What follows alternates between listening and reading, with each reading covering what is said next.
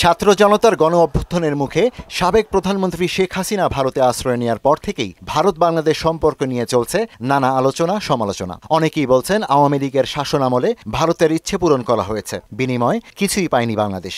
মূলত নতজানু পরিস্থিতির কারণেই সম্পর্ক টিকে ছিল। সব সুবিধা নিয়েছে ভারত, কিন্তু শান্তিতে নোবেল বিজয়ী অর্থনীতিবিদ ডক্টর মোহাম্মদ ইউনুস প্রধান উপদেষ্টা হিসেবে অন্তর্বর্তী সরকারের দায়িত্ব নেওয়ার পর পরিস্থিতি পাল্টেছে।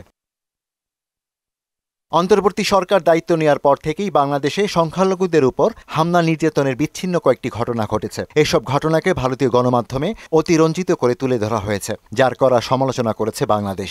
শুধু তাই নয়, ইসকন থেকে বহিষ্কৃত নেতা চিন্ময়কে গ্রেপ্তারের পরও বাংলাদেশ ভারত সম্পর্কে ফাটল ধরাতে উঠে পড়ে লাগে ষড়যন্ত্রকারীরা। কলকাতা ও আগরতলায় বাংলাদেশ হাইকমিশন ঘেরাও ও হামলার ঘটনাও ঘটে। অবমাননা করা হয় লাল সবুজ পতাকারও।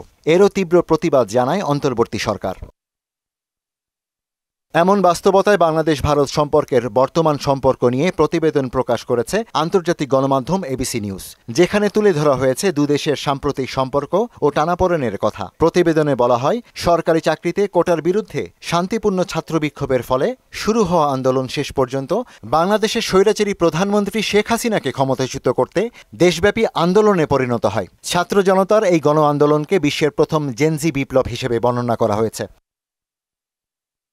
প্রতিবেদনে আরও বলা হয়, এর পরের মাসগুলোতে নানা ঘটনাবলীর প্রেক্ষাপটে বাংলাদেশে এক হিন্দু নেতাকে গ্রেপ্তার এবং ভারতে বাংলাদেশের একটি কনসুলেটে উগ্র হিন্দুত্ববাদী জনতার হামলার ঘটনা দুদেশের মধ্যে ক্ষোভের জন্ম দিয়েছে। এখন দক্ষিণ এশীয় এই দুই জায়ান্ট দেশের মধ্যে সম্পর্ক তলানিতে নেমেছে এবং সম্পর্কের মধ্যে ধর্মীয় উত্তেজনাও বিদ্যমান রয়েছে। এবিসি নিউজ বলছে, শেখ হাসিনার কঠোর ও স্বৈরাচারী শাসনের অধীনে ভারত দীর্ঘদিন ধরে বাংলাদেশকে তার অন্যান্য দক্ষিণ এশিয়ার প্রতিবেশীদের তুলনায় অনেক বেশি স্থিতিশীল অংশীদার বলে মনে করত।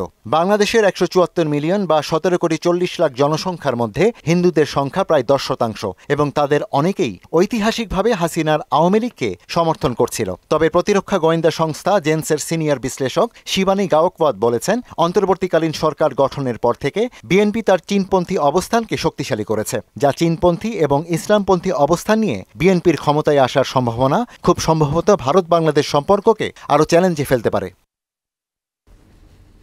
ইশতিয়াক হোসেন, মোহনা সংবাদ।